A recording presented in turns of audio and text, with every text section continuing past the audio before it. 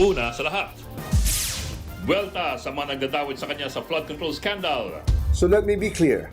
I will not keep quiet anymore. And I will not go alone. I will not be the fall guy for other people's corruption. Dating Speaker Martin Romualdez, palaban ng mga pahayag sa gitna ng kinasasangkutang issue. Walang patumanggang nag-name drop. Two people were instrumental in making those budget decisions. Chis Escudero and Zaldico. Ito pang matindi, ang tila panunuro at pagbabanta sa ehekutibo. The real corruption does not happen at the level of the general legislative approval alone.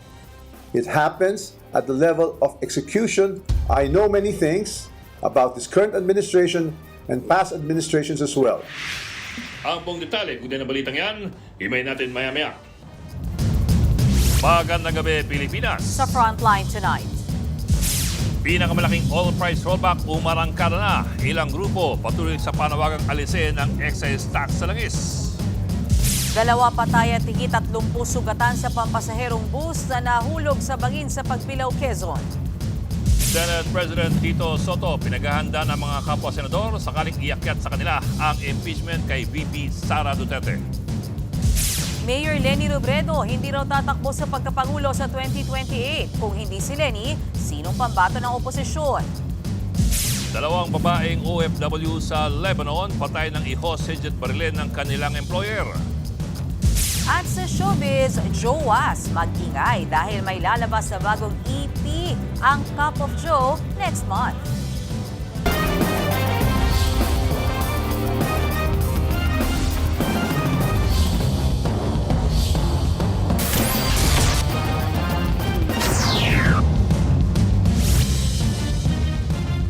Binira ni dating Speaker Martin Romualdez ang Marcos administration sa gitna po ng issue ng anomalya sa 2025 national budget at sa flood control scandal. Makahulugan din ang payag ni Romualdez na marami raw siyang nalalaman tungkol sa kasalukuyan at sa dating administrasyon. Sa isa pang punto ng video message ng dating House Speaker, walang patumanggayang pinangalanan sina Zaldico at Senator Chis Escudero. Gate Romualdez, hindi siya papayag na sa kanya ibunton ang lahat ng sisi. Nasa frontline, nabalitang yan si Mariel Enriquez. For a long time, I chose to remain silent. I did so out of respect for the legal process.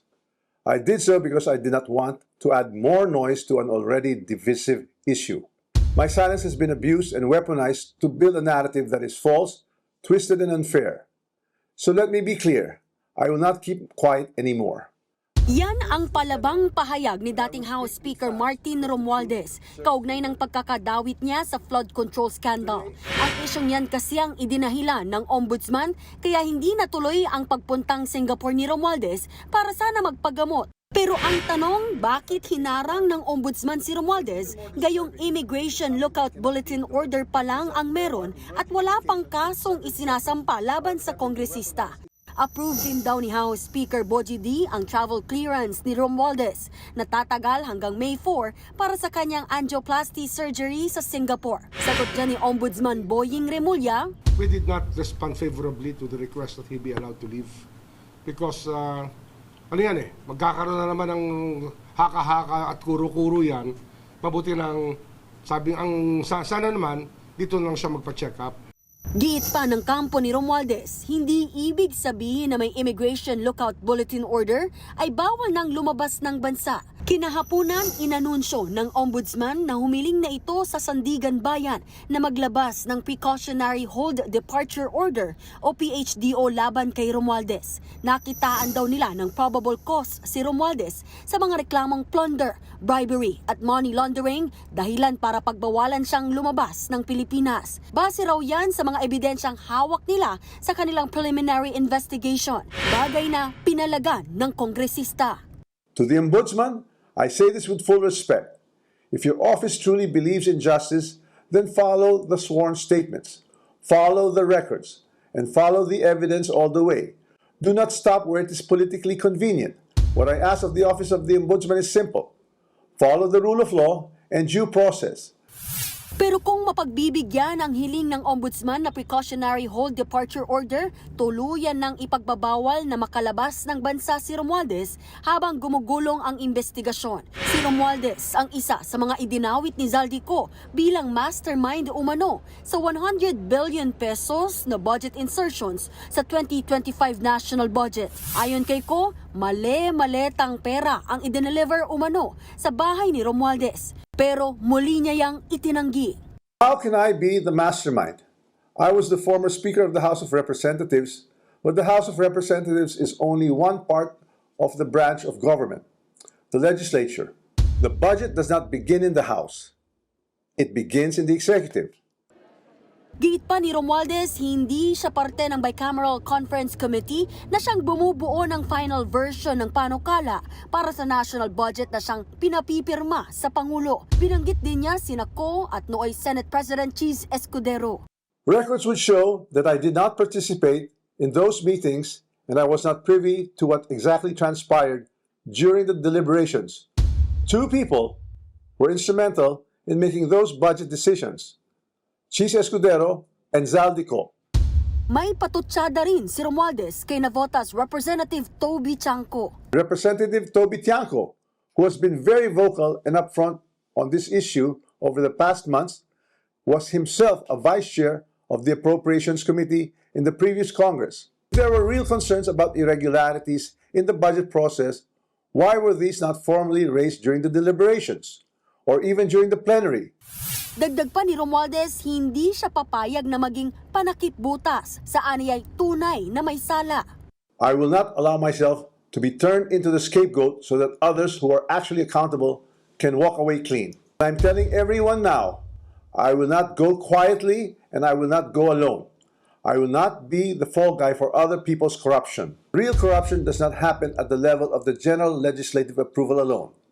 It happens at the level of execution. I know many things about this current administration and past administrations as well.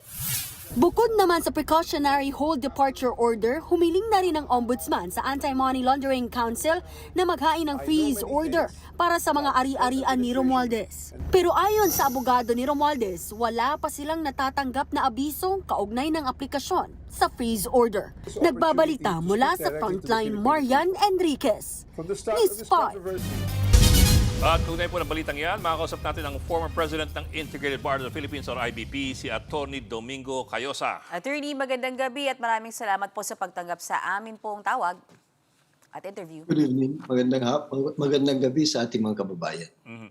Sir, first of all, a bit of confusion from our end. Kasi we were earlier of the understanding na only the courts can prevent a person from leaving the country through a whole departure order. Ngayon, the Ombudsman apparently denied the request for travel clearance of Martin Romualdez. Sino ho talaga ang may kapangyarihan na pigilan pag-alis ng bansa? Iba-ibang authorities ang may kapangyarihan depende sa nature at level ng krimen. If it is a crime punishable by more than 6 years, mga korte yan. Yung mga aliens naman, mga tao din yan, sa Department of Justice. At depende rin ho sa klase ng restraint. Meron yung hold departure order na ini-issue ng korte. Meron din yung precautionary hold departure order na rini-request ng Ombudsman o DOJ ng prosecution dun sa Regional Trial Court o kaya sa Sandigan Bayan or the higher courts. So, depende ho yan. Meron ding DOJ circular 2010 wherein yung mga cases which are punishable less than 6 years dun sa mga municipal trial court level naman, pwedeng mag-issue ang DOJ. So ito yung range of possibilities when it comes to any allowable restraint of the freedom of citizens to travel or to change abode. Sir, let me zoom in dun sa kaso po ni Congressman Martin Romualdez. Ang sinasabi kasi ng Ombudsman, nag-file sila ngayon ng petition with Sandigan Bayan requesting for yung precautionary hold departure order. By that, I assume, I don't know if it's correct assumption, I assume na wala pa talagang whole departure order and they're still only now requesting for an HDO against the Speaker. So, technically po, the Speaker could have left. Tama ho ba?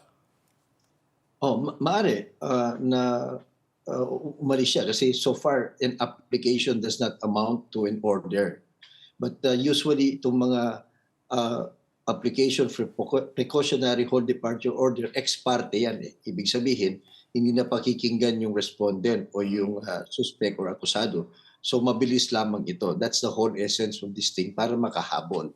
So we don't know kung nag-issue niya but kung ka-file lang, siyempre the Sandigan Bayan would need time also to evaluate yung mga in-attach na mga requirements. Yung finding of probable cause, tapos yung flight risk, yung high probability that the respondent or the accused or the suspect might escape and not come back. Attorney, si Mean po ito. Another clarification para po sa amin at sa ating manonood. Ano po yung sakop mismo ng Immigration Lookout Bulletin Order? And susugan ko lang yung tanong ni Bok. Technically ba sana pwede pang lumabas si dating Speaker Romualdez even with this? Pwede naman, pero yung Immigration Lookout Bulletin Order o yung Watch List Order na tinatawag, ang nag-i-issue niyan, Department of Justice, being the head agency ng Bureau of Immigration. So that is not equivalent to a denial of the freedom to travel. Lookout lang, ire-report sa DOJ and then i-check merong mga coordination requirements. So baka yun ang ginamit nila muna temporarily. Siguro may mga tinong pinaproduce sa kanya para nagkaroon sila ng oras para tumakbo sa Sandigan Bayan for a precautionary whole departure order. Oo. Okay. Parang, Tony, tama ba? Parang pag with the ILBO, yung Immigration Lookout Bulletin Order, closer monitoring of the comings and goings of the accused or the suspect, whichever the case is. Tama ho ba? Hindi ka but not stopping him. hindi ka pa pwedeng pigilan, pero I suppose pwede kang i-harass. I mean, pwede kang i-questionin. Or yun nga may ipaproduce. Tama ba, Attorney? May ipaproduce sa'yo para hindi ka... Yun. Pwedeng, they will ask you some documents, pwedeng questionin yung kasi medyo nakaka-interesting yung kaso kasi nag-issue ho kasi ng ang Speaker of the House, yung Travel Authority. Kasi kailangan yan ng kahit sinong opisyal ng gobyerno, regardless of rank, when you leave the country, you need to get permission from the head of office. Yeah. Ang head of office naman ng mga congressman, ang speaker. Di tama lang na humingi siya, meron naman siyang formal request, binigyan naman siya. But chine-check din yan sa ombudsman kung may kaso o sa mga korte. So yun, doon siguro sa prosesong yun, nagka-delay yung kanyang pag-alis. Tony, pahabol na lang. I don't know how much of this is political and how much of this is legal, but let me try to get your input on this. Well, the speaker said the former speaker said in his video statement released tonight, ang sabi niya, I will not go quietly and alone. I will not be the fall guy for somebody else's corruption. I know many things about this administration and the past administration.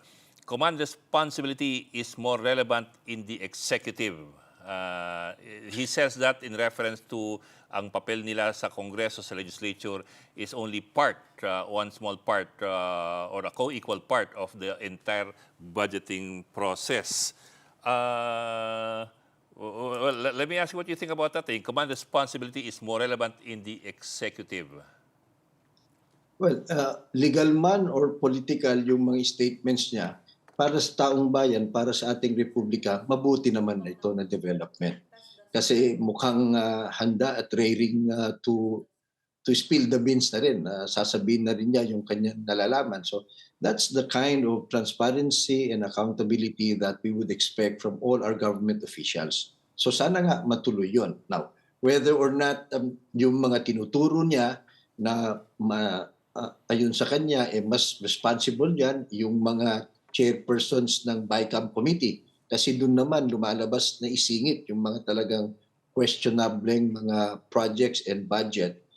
o kaya ito ba ay command responsibility? Kasi tama din naman ang sinasabi niya, ang nagpre-prepare ng budget yung executive, siya ang nag-execute. Ang problema lang kasi nung nag-BICAM na kung saan ang co-chair nito si Zaldico at saka si Chis Escudero, dalawang mambabatas, doon daw siningit yung mga questionable. Very interesting din yung sinasabi niya na marami din siyang alam doon sa nakaraang mga administrasyon at pati si Congressman Toby Chanco, sabi niya vice chair din daw ng Appropriations Committee noon. So, whatever these are, whatever the weight or credibility or yung probative value of all of this, maganda kung magsalita silang lahat para maliwanagan tayong lahat at lumabas ang katotohanan.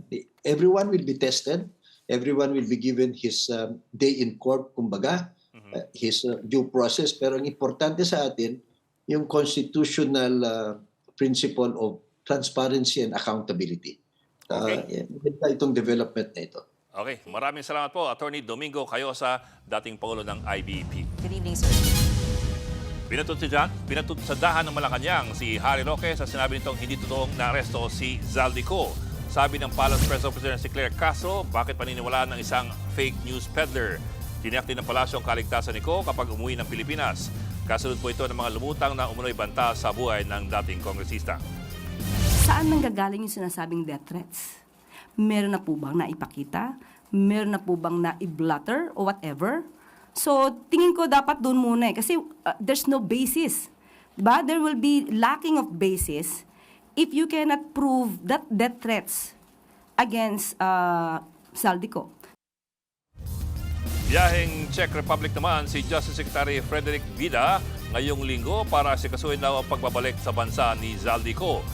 Kinumpirma ng Kalin na may isang lalaki kasama si Ko ng maaresto matapos tangkaing lumusot papuntang Germany.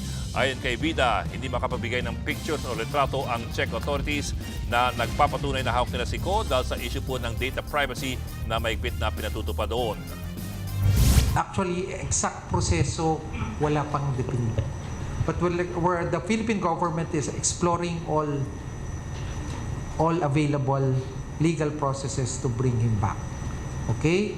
As to the definite mode, it will still be known in the coming days. And the intention is to be able to meet with the Czech authorities so that we can thresh out possible submittals that we still need to submit.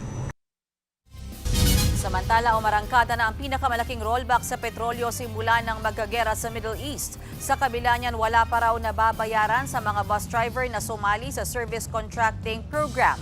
Nasa frontline ang balitang yan si Gerard de la Peña. Tanghaling tapat pero punong-puno ng sasakyan ang gasolinahang ito sa Commonwealth Avenue sa Quezon City.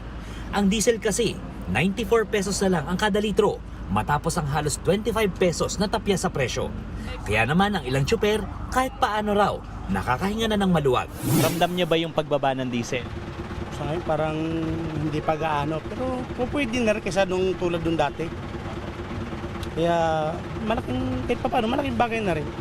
Kaysa nung tulad nung dati halos magwa 150 na.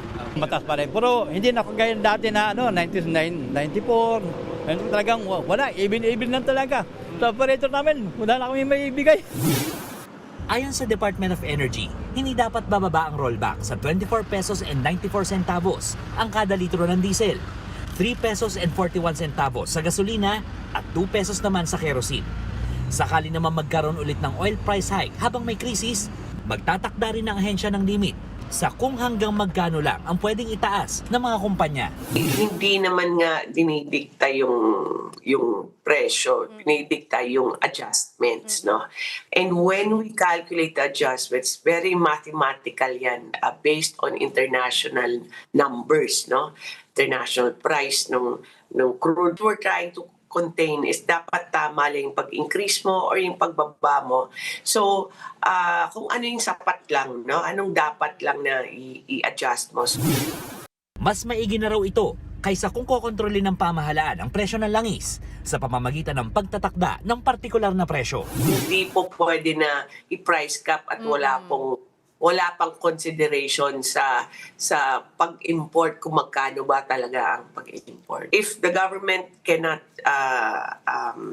subsidize a price cap, parang hindi po dapat yan magawa ngayon kasi mahirap po pag maubusan tayo po ng diesel. Kasabay ng malaking rollback, tuloy pa rin ang service contracting program ng pamahalaan bilang tulong sa mga tsuper. Pero kulang pa rin daw ang nauuwi ng ilang jeepney driver. Gaya na lang ni Anthony Abad na pumapasada sa rutang Baclaran-Sukat. Kahit punong-puno ang kanyang modern PUV, 250 pesos lamang ang kanyang nakolekta kumpara sa karaniwang 500 hanggang 600. Dahil yan sa 20% na diskwentong ibinibigay sa mga pasahero sa ilalim ng programa, hindi rin daw sasapat ang bayad ng LTFRB na 40 pesos sa kada kilometrong takbo niya. Biyot ako ng 2,000. Siksik yung pasahero, pero ito lang 250. Ang iniintindi ng gobyerno natin, yung mga pasahero, kami mga driver wala. Una nang sinabi ng LTFRB na sinisikap nitong makahirit ng dagdag na pondo para mapalawig pa ang service contracting program. Sa hirit naman ng grupong Piston na 10 pisong permanent fare hike sa traditional jeepneys, nakatakda ng mag-issue ng notice of hearing ang ahensya ukol rito. Medyo mataas-taas ang hinihingi, 10 piso ang iakyat ng pamasahe. At anong dyan yung kakayanan ng ating mga anak ay bayaran yung 10 piso na yan. Yan po ang ating magiging balancing act na gagawin ng LTFRB. Nagbabalita mula sa Frontline, Gerard de la Peña, News 5. Dalawang patay habang higit 30 sugatan sa pampaserong bus na nahulog sa bangin sa Quezon Province. Nasa Frontline na balitang yan si Gary De Leon. Pahirapan ang pag-rescue sa mga sakay ng bus na ito matapos mahulog sa 30 talampakang bangin sa bahagi ng New Diversion Road, Barangay Silangang Malikboy, Pagbilao, Quezon kagabi. Bukod sa matarik, nakadagdag pa sa hirap ang madilim na lugar. Buwat-buwat sa likod ng sugatang paserong ito para mayakyat. Ang isa namang ito, maingat na inihiga sa stretcher. Base sa investigasyon ng mga otoridad, galing Daet, Camarines ang pampaserong bus patungong Maynila. Sa pababa at pakurbadang kalsada ng New Diversion Road, huling nakita itong bus na bumubulusok pababa. Iniwasan nito ang isang truck na kasalubong at nawala ng direksyon patungo rito sa bangin. Ang mga pasahero ng bus na karamihan ay natutulog. Tumilapon, nagka-stampede pa. Agad namatay ang makina ng bus kaya ang air condition nito ay hindi na rin gumana. Bagay na ikinatakot ng mga residente.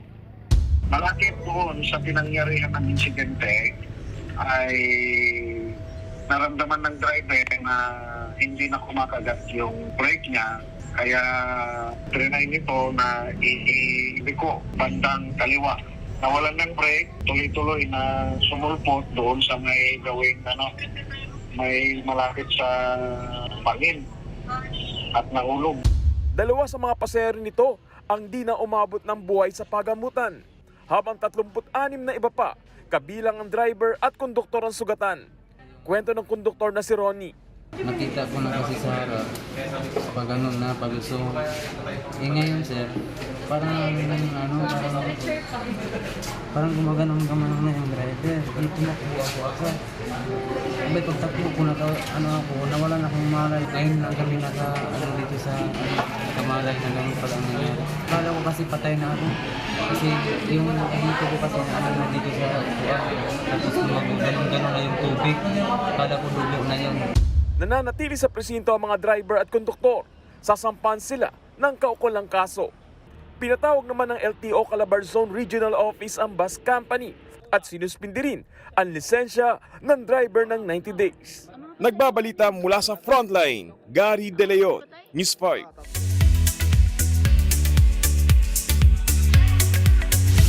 Showbiz tonight na tayo. Magkakaroon na ng live-action film ang Japanese anime na Gundam.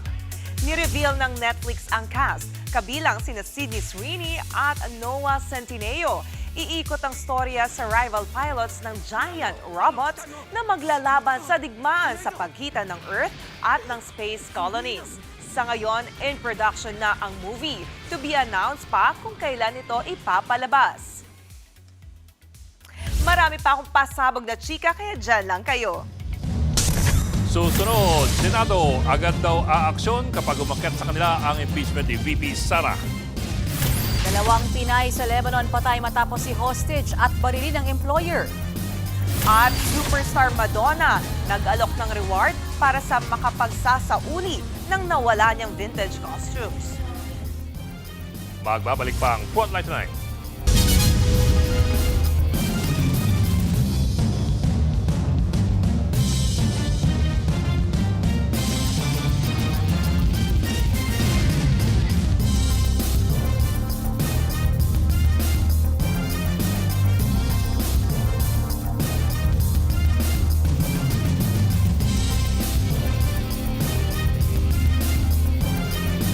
Mga kapatid, Ed Lingaw po, maging maalam at may pakialam sa mga napapanahong balita sa ating bansa.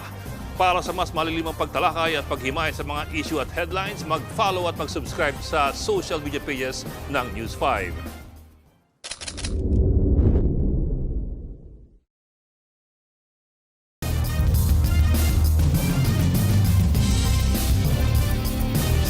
Magiging forthwith daw o walang patumpik-tumpik ang Senado sa pag-aksyon oras na iakyat sa kanila ang articles of impeachment ni Vice President Sara Duterte. Narito ang aking report. Pinagkaroon ng issue dun sa forthwith. What can we expect from the Senate? In case lang po matapos ang House, iakyat, will you act on it forthwith? Yes, I will act on it with dispatch. Definitely forthwith. As soon as the Senate receives it, Mismong si Senate President Tito Soto na ang nagsabi, sakaling umakyat sa Senado ang articles of impeachment laban kay Vice President Sara Duterte, diretso aksyon agad. Ika nga, forthwith o walang patumpik-tumpik. Pebrero noong nakaraang taon, umakyat na rin sa Senado ang articles of impeachment laban kay VP Sara matapos siyang ma-impeach sa Kamara, pero hindi ito agad inaksyonan ng Senado. Bakit? Inabutan na kasi ng session break, sinundan pa ng eleksyon at nagka-issue pa sa paglipat mula 19th papuntang 20th Congress. Hanggang sa tuluyang na-archive ang kaso matapos ideklarang unconstitutional ng Korte Suprema. Ngayon ibang eksena na ang pinaghahandaan. Sa May 4, magbabalik sesyon ng Kongreso at ayon kay Soto, kung sa araw ding iyon aakyat ang articles of impeachment, ire-report niya agad ito sa plenaryo. depende sa bilis ng palitan ng ng mga ng mga ipapadala nating complaints and reception of the complaints. Depende, posible kaming let's say by May 5 mag-convene within a month. Matagal na yun. Matagal na yun. Ako, tingin ko mga in a matter of 2 weeks, more or less 2 weeks, siguro nakahanda na yun. Ibig sabihin, pwedeng mag-convene ang impeachment court sa loob ng ilang araw. Pero pag-ilinaw ni Soto, wala pa sa Senado ang bola. Nasa Kamara pa rin ang desisyon kung iaakyat ba o hindi ang articles of impeachment. Basta sa panig ng Senado, handa sila. Hindi na rin baguhan si Soto sa ganitong proseso dahil naging bahagi siya ng impeachment trials ni na dating Pangulong Erap Estrada at dating Chief Justice Renato Corona. Pero aminado siya na iba pa rin kapag siya na ang mamumuno. Nakatakda namang magpatawag ng caucus o pagpupulong si Senate President Soto kasama ang iba pang mga senador para pag-usapan ng detalye sakaling matuloy nga ang impeachment trial kay Vice President Sara Duterte. Kabilang sa mga dapat pag-usapan daw ang schedule ng trial, committee hearings, gayon din ang mga sesyon ng Senado. Posible rin daw silang magtakda ng impeachment spokesperson. Nagpaalala rin si Soto sa mga kasamahan niya sa Senado na trabaho nila ang maging Senator Judge oras na umakyat ang articles of impeachment sa Senado. Kaalyado man sa politika o hindi ang Vice Presidente. Sa kabila niyan, wala naman daw nakikitang banta si Soto sa kanyang liderato kahit na may mga senador na sumusuporta kay VP Sara. Nagbabalita mula sa Frontline, Bean Los Baños, News 5. Tinangkaraw ng dalawang dayuhan na suhulan ng 200,000 piso ang mga pulis na umaresto sa kanila. Ang mga suspect na bisong gumagamit ng pekeng plaka sa kanilang sasakyan. Nasa frontline na balitang yan si Brian Castillo. Kuha ito sa loob ng isang presinto habang ipinoproseso ang isang Chinese at isang Malaysian na naaresto sa Pasay City. Nahuli sila ng mga tauhan ng PNP Highway Patrol Group na gumagamit ng improvised na plaka nang dumaan sa bahagi ng Rojas Boulevard. Maya-maya, may iniabot sa pulis ang isa sa mga dayuhan. Dalawang bundle pala ito ng tig 1,000 pesos na may kabuang halaga na 200,000 pesos. Kaya ang ending, may dagdag reklamo tuloy ang dalawang foreigner dahil sa tangkang panunuhol. Ang pulis sa video na sinubukang suhulan ay si Patrolman Emmanuel Tamayo. Hindi po basta-basta ang mga kapulisan na maopera ng kahit na anong halaga. Pawang trabaho lamang po ang aming ginagawa. Serbisyo lang po para sa bayan. Isang luxury van ang nakuha mula sa mga dayuhang sospek. Nang inspeksyonin, bumungad ang ilang pang peking plaka. Maging ang conduction sticker ng van, makikitang pinatungan na ng ibang stickers. Pero hindi lang yan ang nabisto sa loob ng sasakyan. Nakitaan po natin sila ng mga bonnets, isa pong uri po ng airsoft po ng baril at mga bala ng 45 po na baril. Malaki yung possibility at hindi naman namin sinasantabi para doon kasi the mere na magpakita or magpa-display ka ng laruan man yan na baril, no, ay nakakatakot at nakakabahala sa publiko. Napag-alaman pa ng mga pulis na wala raw record ang dalawang dayuhan. Naligal silang pumasok at nanatili dito sa bansa. Habang ang Malaysian national, dati nang may record sa illegal na droga at pagkakaroon ng armas. Mga businessman sila rito sa bansa na naglalabas-pasok. Meron pa tayong impormasyon na sila daw galing sa mga casino kung san-san. Yung Malaysian national ay gumagamit din ng mga fictitious name. Nirarambol-rambol niya lang yung kanyang pangalan. Tumanggi naman ang mga naarestong sospek na magbigay ng pahayag. No comment. No comment. Patuloy na inaalam ng PNP ang mga naging aktibidad ng dalawang dayuhan dito sa bansa. Nagbabalita mula sa frontline. Brian Castillo, News 5.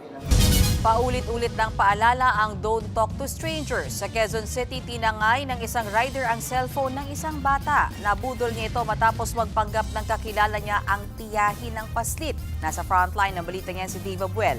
Exclusive. Naglalakad lang ang batang lalaking yan nang lapitan ng isang lalaking nakamotor sa barangay Nagkaisang Nayon sa Quezon City. Matagal na nag-usap sa tabi ng kalsada ang bata at rider. Pagandar ng rider, sumunod sa kanya ang bata. Sa isa pang anggulo ng CCTV, kitang tumawid ng kanto ang bata. Nag-overtake naman sa kanya ang rider na agad lumingon para masigurong nakasunod pa rin sa kanya ang bata. Ilang saglit pa, makikita na lang na kumakaripas na ng andar ang rider. Hindi nakunan sa CCTV pero ayon sa barangay, tinangay daw ng kawatang rider ang cellphone ng bata. Base sa investigasyon, nagpanggap daw ang rider na kakilala ng tiyahin ng bata. Nakuha din kasi pati yung password ng phone. Sanay na sanay siguro yung pagkakausap niya dun sa bata, sir, kasi nakuha niya agad yung loob hanggang imagine nakarating pa sa kabilang street. Posible raw nakabisado ng rider ang pwesto ng mga CCTV sa lugar. Tumanggi nang magpa-unlock ng panayam ang ina ng bata. Hindi naman daw sinaktan ng bata pero bahagya siyang natroma sa insidente. Mariing paalala ng mga otoridad. Don't talk to strangers nga na sinasabi natin pero para awareness na din sa mga batang naglalakad, maging mapagmatsyag sa paligid. Patuloy ang pagtugis sa kawatang rider. Nagbabalita mula sa frontline, Dave Abuel, News 5. Susunod, 2 Pinay sa Lebanon patay matapos i-hostage at barilin ng employer. 6 na magkakamag-anak at isang lolo patay sa magkahiwalay na sunog sa Pangasinan at Baguio City. At ang Cup of Joe, may bagong extended play album na ilalabas bago ang kanilang concert. Tutok lang mga kapatid dito sa Frontline tonight.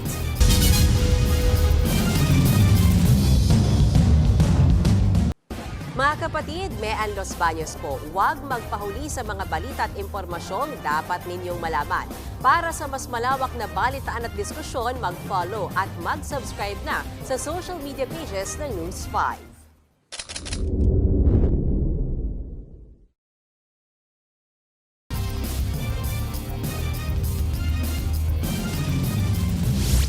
Sa Lebanon naman, patay ang 2 babaeng overseas workers matapos silang i-hostage at barilin ng kanilang employer. Ayon sa Department of Migrant Workers, mismong sa bahay pa raw ng amo ng mga Pinay, nangyari ang krimen noon pang April 15. Base sa ulat, matagal ng kasambahay ang 2 sa kanilang Lebanese employer. Naaresto naman ang suspect at niintay pa ang pagsasampa ng kaso laban sa kanya. Nagpaabot na rin tulong ang DMW sa pamilya ng mga biktima na humihingi ng hustisya. Samot-saring aksidente ang gumimbal sa ilang probinsya. Sa Iloilo, 2 ang patay sa pang-aararo ng pick-up. Naasa frontline ng balita si John Aroa ng News 5 Visayas. Sumakay sa nakaparadang tricycle ang 2 batang ito sa Pasig, Iloilo. Nang biglang nasalpok ng pick-up ang tricycle. Nakasalampak sa kalsada ang mga nadamay sa aksidente. Habang ang nang-ararong pick-up, wasak na wasak ang harapan. Base sa investigasyon, lumipat ng lane ang pick-up kaya sinalpok nito ang kasalubong na motorsiklo. Bago sunod na inararo ang tricycle at mga residente sa gilid ng kalsada. 2 ang namatay sa aksidente, habang 6 naman ang sugatan kabilang ang 2 bata. Nagkaarigluan naman ang pick-up driver at mga biktima.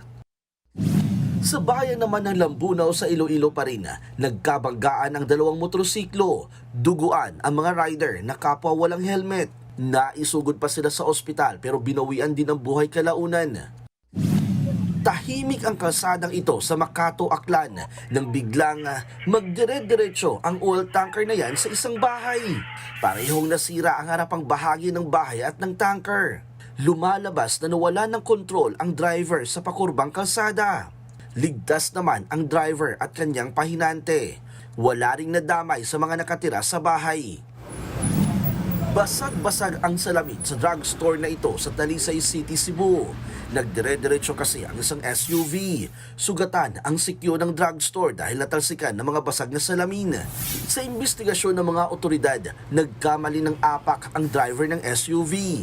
Yung driver huminto sa harapan ng butika para magbili ng gamot. Tapos, during that time, naka-on pa yung engine. Accidentally, natapakan niya yung gasolinador hanggang umakyat doon papunta sa harapan ng butika. Nauwi rin sa arigluan ng aksidente. Nagbabalita mula sa frontline, John Aroa, News 5, Visayas! Patay ang 6 na magkakamag-anak matapos matrapsa ng susunog ng bahay sa Urdaneta, Pangasinan. Ayon sa Bureau of Fire Protection, hindi raw agad na itawag sa kanilang sunog dahil nakala ng mga residente na kaya nila itong apulahin. Hinihinalang unang sumiklab sa kusina ng isang bahay ang apoy at umabot sa bahay ng mga biktima. 8 pang pamilyang nawala ng tirahan habang aabot sa 3 milyong piso ang halaga ng pinsala. Sa Baguio City, nasawi ang 82 taong gulang na lalaki sa sunog sa kanilang bahay. Ayon sa kaanak ng biktima, mag-isa lamang ang lolo sa bahay nang biglang sumiklab ang apoy. Gawa po sa light materials ang bahay kaya't mabilis kumalat ang apoy at hindi na nakalabas ang matanda. 2 pang bahay ang nadamay sa sunog.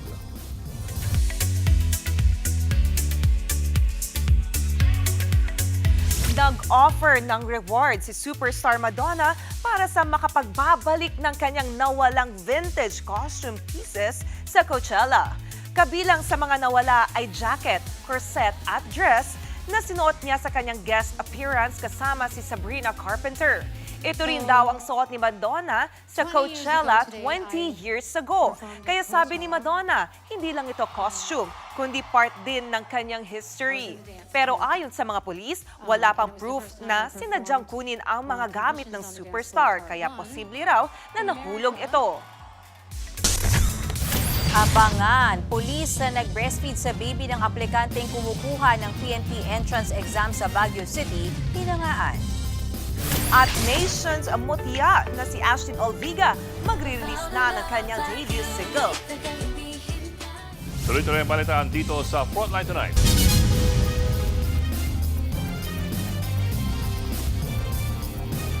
Mga kapatid, Johnny Alipon po, maging updated sa latest entertainment at lifestyle. Huwag magpahuli, mag-follow at mag-subscribe na sa social media pages ng News 5.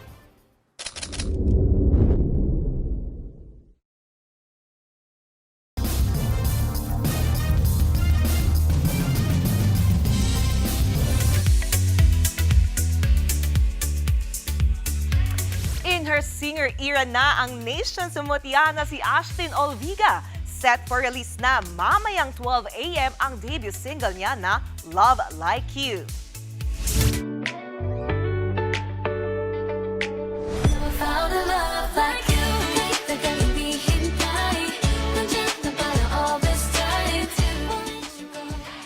Inanunsyo yan ng actress-singer online featuring ang kanyang denim vibes na teaser para sa kanta. As usual, pamatay ang ganda ni Ashting kung saan tampok din ang kanyang youthfulness. Soft and melodic pop na tungkol sa pag-ibig. Mamayang 12 midnight na yan i-release.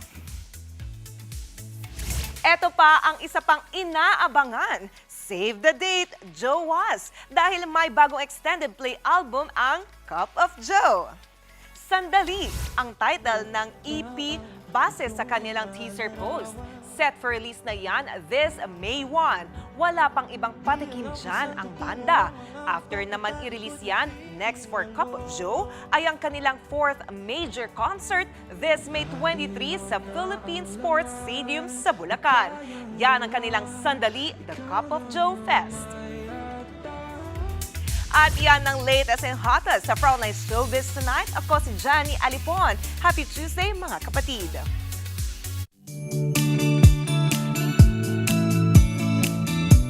At para naman sa ating papahong pampagood night, Lodi ang isang pulis sa Baguio City. Pina-breastfeed niya ang anak ng aplikanteng kumukuha ng PNP entrance exam. Kinarga ng babaeng pulis ang bata at dinala sa police mobile. Ginawa raw niya ito para kumalma ang bata. Saludo sa iyo, Police Corporal Marjorie Waknag. Patunay yan ang malasakit at serbisyong higit pa sa kanyang sinumpaan. Sana nakapasa yung kasi may good example na siya. Correct. Tayo natin. Yun yung next natin na pabao, good night. Ang hirap magpabaon pag good night kasi parang heavy ng mga storya. So parang, okay. So, yun pa rin tawag sa mga fans ng Cup of Joe. Yes, Joe Was. Joe Was, hindi kapas. Joe Was talaga dapat. Kapas, oo nga, no? Sige nga. Baka pagtanong ka naman, kala mo naman kilala mo naman. Oo nga, sir. Hindi ka kilala. Sige. Si Madonna kilala ko. Ah. No. Sa bagay, kasi panahon nga naman, Oh, in peace. Oo naman. Hanggang ngayon pa naman, boy pa naman siya eh. Yes. 45 nitong paghimay sa malagang headlines. Ewan ko sa'yo. Balitan at diskusyon para sa paghubog ng matalinong opinyon. Welcome back, Mel Los Baños. Ganyan yung kapatid sa Baltan sa Public Service. Ako po si Mel Los Baños Araceo. Ako na po si Edliga, walang iwanan sa Frontline Tonight.